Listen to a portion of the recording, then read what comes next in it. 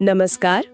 पिछली चर्चा में हमने अरहंत वग्ग को समझा था और ये देखा था कि सच्ची स्वतंत्रता कैसे तनाव, भय और अपेक्षाओं के बोझ से मुक्त होने में है। जी हाँ। आज हम धम्मपद से एक और बहुत महत्वपूर्ण अध्याय सहस्र वग्ग यानी हजारों का अध्याय, इसकी गहराइयों में उतरेंगे। बिल्कुल।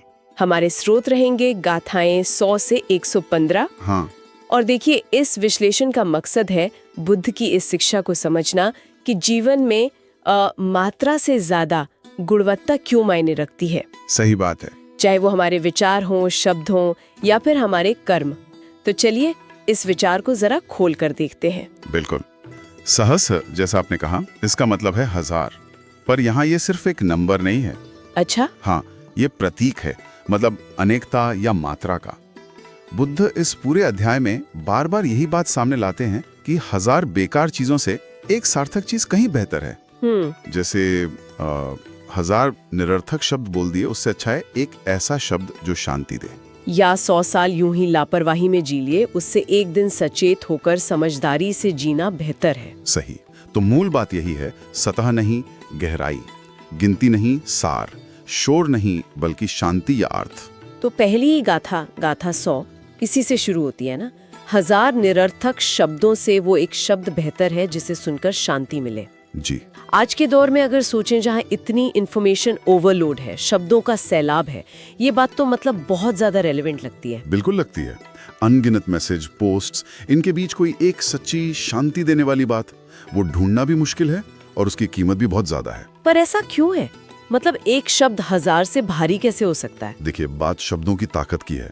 शब्द सिर्फ आवाजें नहीं हैं, उनमें ऊर्जा होती है। वो औजार जैसे हैं। औजार। हाँ, वो किसी के मन पर मरहम भी लगा सकते हैं और गहरे घाव भी कर सकते हैं। बुद्ध हमें यही याद दिला रहे हैं कि शब्दों का इस्तेमाल सोच समझकर करना चाहिए। ये एक जिम्मेदारी है। अच्छा। बेकार की बातें, गपशप, खोखली चर्चाएं, उनसे मन को कोई पोषण नहीं मिलता, वो बस भटकाती हैं। लेकिन एक सार्थक शब्द जो सोच समझकर सही नियत से बोला गया हो, वो सुनने वाले के जीवन में सुकून ला सकता है, स्पष्टता ला सकता है। हाँ, ये तो है। ये दरअसल सचेतनता का अभ्यास है। बोलने से पहले एक पल रुककर सोचना कि इसका असर क्या होगा। और फिर आती है गाथा 103, जो मुझे हमेशा मतलब सोचने पर मजबूर करती है। कौन सी? वो वाली, युद्ध के मैदान में हजार योद्धाओं पर विजय पाने वाले से भी श्रेष्ठ वो है जिसने स्वयं पर विजय पा ली है। हाँ, ये बहुत गहरी बात है। बाहरी दुनिया जीतना तो इतना बड़ा माना जाता है समाज में, फिर ये आत्मविजय उससे भी ऊपर क्यों? हाँ, ये सवाल बिल्कुल सही है। देखिए, बाहरी जीत जो है वो अक्सर हालात पर निर्भर करती है और उसका असर भी मतलब टिकता नहीं है हमेशा। हाँ, आज जीते कल हार गए। बिल्कुल।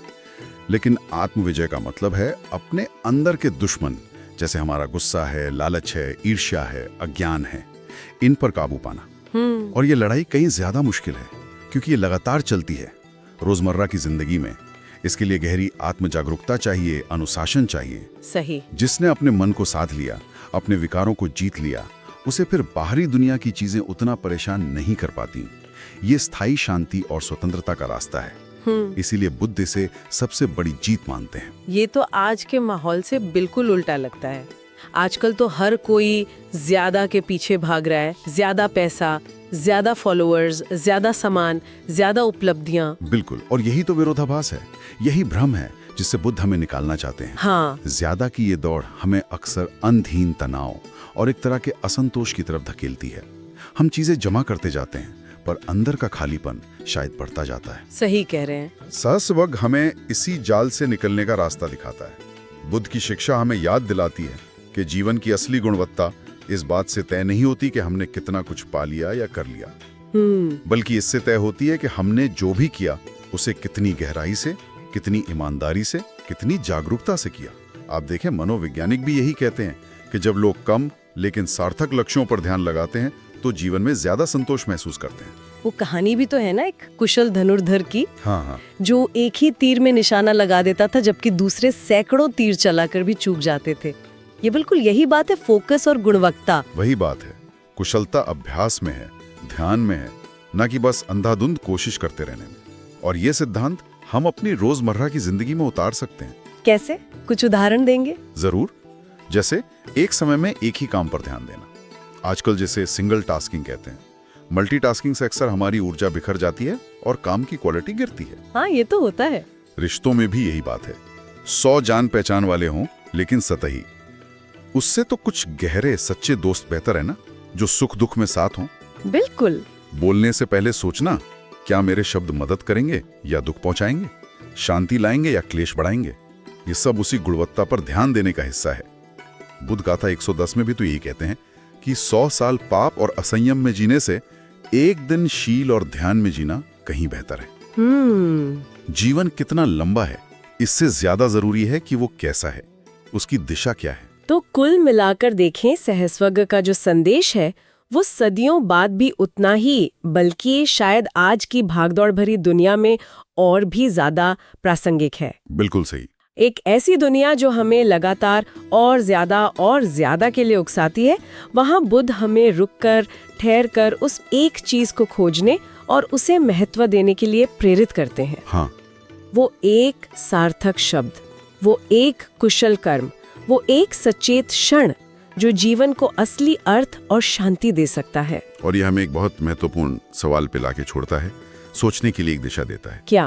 कि जब हम मात्रा की जगह गुणवत्ता को चुनते हैं तो हमारा जीवन बाहर से देखने में भले ही साधारण लगे, पर अंदर से वो कितना समृद्ध, कितना गहरा हो सकता है। हाँ। तो विचार करने वाली बात यह है हम सबके लिए कि आज की इस भागदौड़ में हमारे जीवन का वो कौन सा एक पहलू है या एक अभ्यास है जिस पर अगर हम ध्यान केंद्रित करें तो सच्ची गुणवत्ता और गहरा अर्थ पा सकते हैं।